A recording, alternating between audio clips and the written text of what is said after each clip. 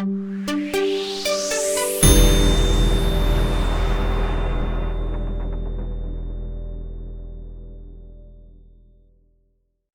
আলাইকুম রহমতুল্লাহি ওবরকাতুহু। সম্মানিত দর্শক, আওয়ামী লীগের সাধারণ সম্পাদক জনাব ওবায়দুল কাদের দীর্ঘদিন ধরে বাংলাদেশে আলোচিত ব্যক্তিত্ব। তার বর্ণিল কথাবার্তা, তার কেতাদুরস্ত পোশাক পরিচ্ছদ, হাতে মূল্যবান আংটি এবং তার চেয়েও মূল্যবান ঘড়ি। কেউ কেউ বলেন কোনো ঘড়ির দাম 50 কোটি টাকা, কেউ কেউ বলেন 50 লক্ষ টাকা। এর কারণ হলো তিনি যে ঘড়িগুলো পরতেন, সেই প্যাটেক ফিলিপ থেকে শুরু করে রোলেক্স কিংবা অন্য দামি যে ব্র্যান্ডগুলো আছে, এই ঘড়িগুলোর মূল্য কম করে হলো 20 লাখ টাকা, আর সর্বোচ্চ 50 কোটি, 100 কোটি, 500 কোটি টাকা মূল্যেরও কিন্তু ঘড়ি আছে। তো তিনি সেই ঘড়িগুলো পরতেন এবং তার এরকম ঘড়ির সংখ্যা ছিল নাকি কয়েকশো, আল্লাহ ভালো জানেন। তো সেই মানুষটি রাজনীতিতে সজ্জন ছিলেন, ব্যক্তিগতভাবে কারোর সাথে মারামারি কাটাকাটি, তারপরে মামলা মোকদ্দমা হামলা অনেকটা আছে না, যে যেমন সালমান এফ রহমান সাহেব যেটা করতেন, কাউকে টার্গেট করতেন তো তার একেবারে জীবন শেষ। একমাত্র আল্লাহর অশেষ রহমত, তিনি আমাকে কিছু করতে পারেননি। এর কারণ হলো 2014 সন থেকে বা 12 সন থেকে তার সঙ্গে আমার যে বিরোধ। তো জেলে আমি গিয়েছিলাম, এটা তার কারণে নয়, জেলে গিয়েছিলাম আমার কারণে, সেটা ভিন্ন প্রসঙ্গ। কিন্তু কেন জানি তিনি আমার সঙ্গে বিরোধে জড়াননি। জড়ালে কী হতো সেটা পরের ব্যাপার। কিন্তু সালমান এফ রহমান যদি কারো স্ত্রীর দিকে তাকিয়েছেন, কারো সম্পত্তির দিকে তাকিয়েছেন, কারো প্রতিষ্ঠানের দিকে তাকিয়েছেন, কারো জমির দিকে তাকিয়েছেন, কারো ব্যবসা বাণিজ্যের দিকে তাকিয়েছেন, ও দিকে অমনি কিয়ামত হয়ে গিয়েছে। এরকম একটা জাস্ট একটা উদাহরণ দিলাম। এরকম আওয়ামী লীগে হয়তো হাজার হাজার মানুষ সারা বাংলাদেশে ছিল, যাদের টার্গেটই ছিল অন্য মানুষের সম্পদ হরণ, তারপরে অন্য মানুষের সঙ্গে শত্রুতা করা এবং তাদের অপছন্দের মানুষদেরকে একেবারে জাহান্নামে পাঠিয়ে দেওয়া। তো সেই দিক থেকে জনাব ওবায়দুল কাদের অনেকটা অজাত শত্রু প্রকৃতির মানুষ ছিলেন। তিনি দলীয় নেতাকর্মীদেরকে বেশি একটা পাত্তা দিতেন না, আর কাছাকাছি গেলে বড় জোরে একজনকে একটু গালি দিতেন, বকা দিতেন, এই পর্যন্তই ছিল। কিন্তু ওরকম সন্ত্রাসী কর্মকাণ্ডের সঙ্গে তিনি কখনোই জড়িত ছিলেন না। দ্বিতীয়ত, তিনি আপাদমস্তক একজন শিক্ষিত মানুষ, প্রচুর পড়াশোনা করতেন এবং তিনি ভালো ছাত্র, মানে ম্যাট্রিক, ইন্টারমিডিয়েট, অনার্সে খুবই ভালো ছাত্র ছিলেন। বর্ণাঢ্য রাজনৈতিক ক্যারিয়ার, খুব ভালো বক্তব্য দিতেন যৌবনে। তারপর সৌভাগ্যবান, তিনি বসে থেকেছেন বেশিরভাগ সময়টিতে, কিন্তু প্রকৃতি তাকে সুযোগ করে দিয়েছে।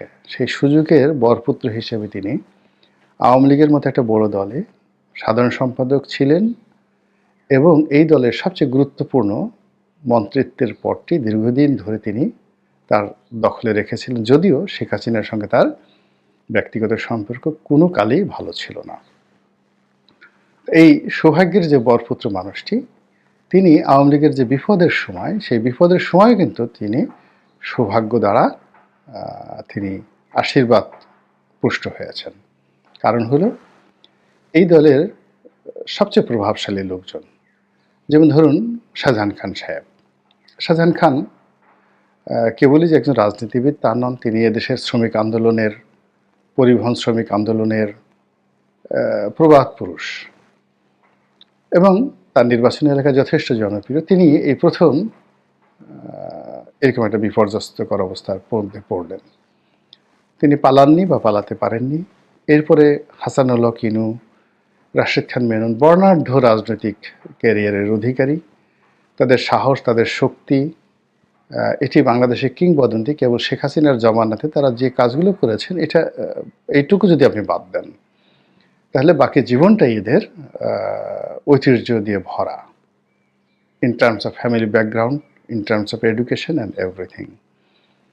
এরপর যদি আপনি আনিসুল হকের কথা চিন্তা করেন, আইনমন্ত্রী আনিসুল হক সিরাজুল হক সাহেবের ছেলে, বাংলাদেশের সবচেয়ে নামকরা উকিলদের মধ্যে একজন, সর্বকালের ১০০ বছরের সেরা উকিলদের মধ্যে অন্যতম সেরা উকিল ছিলেন তার বাবা, এবং তিনিও যথেষ্ট নামকরা অ্যাডভোকেট, বিশেষ করে ক্রিমিনাল লতে। আইনমন্ত্রী ছিলেন, পালাতে পারেননি। তারপরে সালমান এফ রহমান সাহেব দেশের শীর্ষ ব্যবসায়ী, শেখ হাসিনার একেবারে রাইট ইন হ্যান্ড ছিলেন। তারপর উনি এরশাদ জমানাতেও ক্ষমতাধর ছিলেন, বিএনপি জমানাতেও তার ক্ষমতা কোনো অংশে কম ছিল না। এরপর পাকিস্তানে তার বাবা কেন্দ্রীয় সরকারের মন্ত্রী ছিলেন, একেবারে সেই প্রথম দিকে ফজলুর রহমান। তো এই মানুষটিও পালাতে পারেননি। তার পালানোর জন্য হেলিকপ্টার ছিল, নিজস্ব হেলিকপ্টার ছিল। তার পালানোর জন্য বাংলাদেশে অনেক তার অনেক এরকম শিল্প কলকারখানা ছিল যেখানে ২০,০০০ লোক চাকরি করে। তো তিনি পালাতে পারেননি। এভাবে আরও বহু লোক যারা ধরা পড়েছেন। তো সেই দিক থেকে ওবায়দুল কাদেরের আসলে ওরকম বাড়ি গাড়ি কয়টা আছে আমি জানি না, কিন্তু আমার জানা মতে ওনার এরকম পালিয়ে থাকার মতো শিল্প কলকারখানা, বন্ধু বান্ধব নাই বললেই চলে। যা আছে আওয়ামী লীগের রাজনৈতিক নেতাকর্মী। তারপর তিনি একটা মধ্যবিত্ত পরিবার থেকে এসেছেন, ফলে গ্লোবালি যে একটা অ্যারিস্টোক্রেসি রয়েছে সেটা তার মধ্যে নেই। তিনি বড়দের হয়তো কলকাতাতে একটা বাড়ি করার কথা কল্পনা করতে পারেন, কিন্তু সালমানদের মতো মানে লন্ডনে বিশাল একটা বাড়ি করে, কিংবা জাভেদের মতো, ভূমিমন্ত্রী জাভেদের মতো সে 800 লন্ডন আমেরিকাতে 800 বাড়ি কেনার মতো কলিজা আগামী 100 বছরও ওবায়দুল কাদেরের হতো না। তো সেই ওবায়দুল কাদের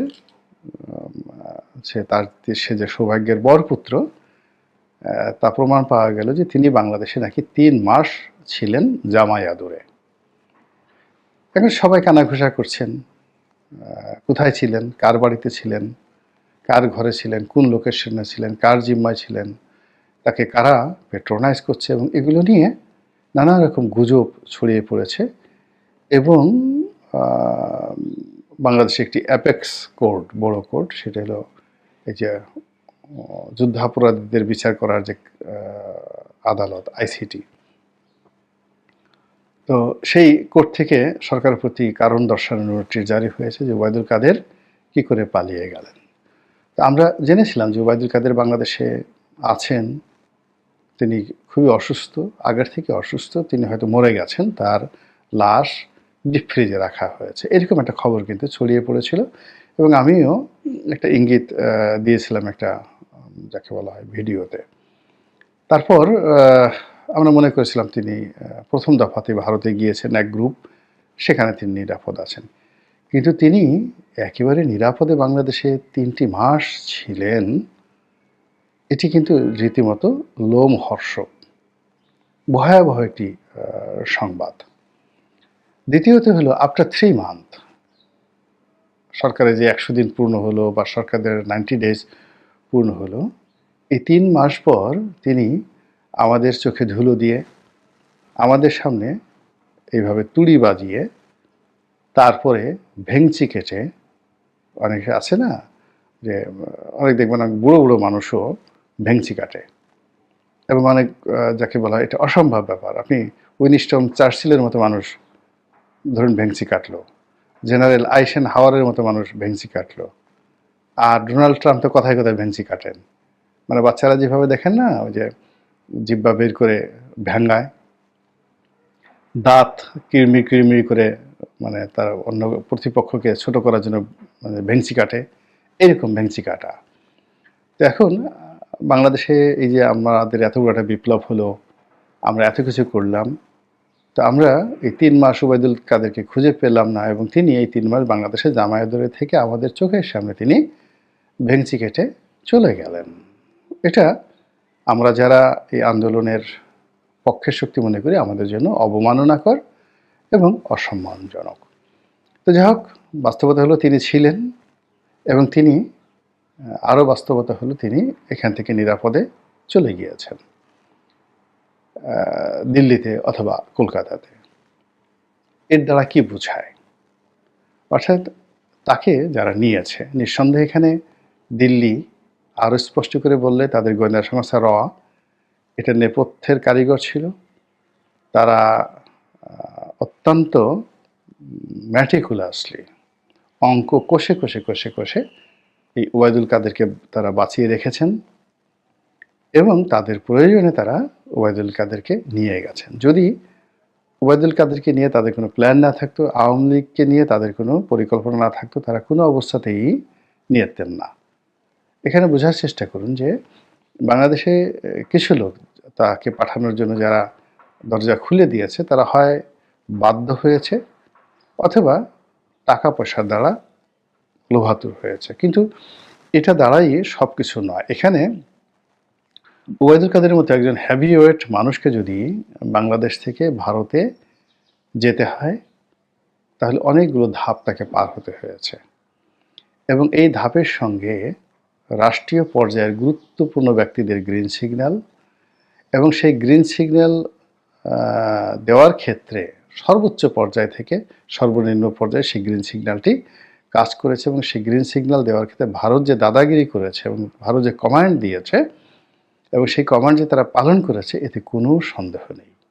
তাহলে আমরা আলোচনাটা এভাবে চলে আসি, যদি ওবায়দুল কাদের ভারতে গিয়ে থাকেন বা গিয়েছেন, এই বাস্তবতা মেনে নিলে তাকে ভারত আসলে নিয়েছে, আহ্বান করে নিয়েছে। কেন নিয়েছে? এর কারণ হলো ওবায়দুল কাদেরকে দিয়ে তারা এমন কিছু করাতে চায় বা ওবায়দুল কাদেরকে বাংলাদেশে আবার তারা ফেরত পাঠাতে চায় তাদের প্রতিনিধি রূপে রাজনীতিতে আওয়ামী লীগকে পুনর্বাসিত করতে। এতে কোনো সন্দেহ নেই। ২ নম্বর হলো যে এখন এই বাংলাদেশে এমন অনেকে আছেন যারা ভারতের কথায় চলছেন, ভারতের এজেন্ট হিসেবে কাজ করছেন, রয়ের এজেন্ট হিসেবে কাজ করছেন এবং এই লোকগুলোর স্পর্ধা, সাহস এতটা বেশি যে তারা ওবায়দুল কাদের সাহেবের মতো মানুষকে লুকিয়ে রাখতে পারেন, আবার সেই তাদের হুকুমদাতা অর্থাৎ রয়ের হুকুমে তারা তাকে জামায় আদর করে মাথায় করে নিজেরা সীমান্ত পর্যন্ত নিয়ে তারা কলকাতাতে, আগরতলাতে বা অন্য কোনো সীমান্তের উপরে তাদেরকে পৌঁছে দিতে পারেন। তো কাজে এই যে ওবায়দুল কাদের যে বিষয়টি, তিনি কেবল ৩ মাস পালিয়েছিলেন এটাই খবর নয়, কিংবা তিনি নিরাপদে ভারতে গেছেন এটাই খবর নয়।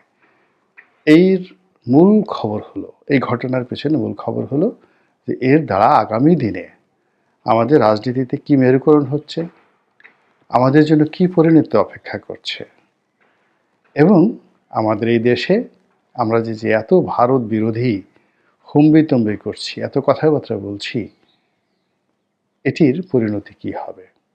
ভারতে যখন এখানে তাবেদার সরকার ছিল তখন একজন আবরার একটা সাধারণ স্ট্যাটাস দিয়েছিলেন, তার বিনিময়ে তাকে খুন হতে হয়েছে।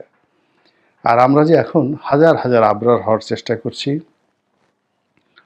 এবং আবরারের চেয়েও অনেক সাহস নিয়ে, শক্তি নিয়ে আমরা যে কথাগুলো বলার চেষ্টা করছি, আবরারের মতো সাহস হবে না যদিও। এর কারণ হলো এখন আমরা মনে করছি যে যেহেতু শেখ হাসিনা নাই, আমরা নিরাপদ, ভারতকে আমরা খেয়ে ফেলবো। কিন্তু আবরার আমাদের চেয়ে অনেক অনেক সাহসী। সে শেখ হাসিনার কলিজার মধ্যে ঢুকে সেখানে সে এন্টি ভারত, ভারত বিরোধী একটা সিল সেখানে সে মেরেছিল ফেসবুকের মাধ্যমে। সে জীবন দিয়েছে, কিন্তু তার ছবি, তার প্রতিচ্ছবি, তার কর্ম অমর এবং অক্ষয় হয়ে থাকবে বাংলার ইতিহাসে। তো এখন বাস্তবতা হলো যে আমরা যারা এই আবরার হওয়ার চেষ্টা করেছি বা করে যাচ্ছি, যদি এই জমানাতে এসে ওবায়দুল কাদেরকে এইভাবে এখান থেকে নিরাপদে সরিয়ে নেওয়া যেতে পারে, তাহলে 2 দিন পরে জেলখানা থেকে আনিসুল হক যে যাবেন না, বা 2 দিন পরে যে সালমান এফ রহমানকে হঠাৎ লন্ডনে দেখা যাবে না, বলেন তো এটার গ্যারান্টিটা কি? আমি তো এটার কোনো গ্যারান্টি দেখছি না। মহান আল্লাহ রাব্বুল আলামিন আমাদের সবাইকে হেদায়েত দান করুন এবং হেফাজত করুন। আসসালামু আলাইকুম ওয়া রাহমাতুল্লাহি ওয়া বারাকাতুহু।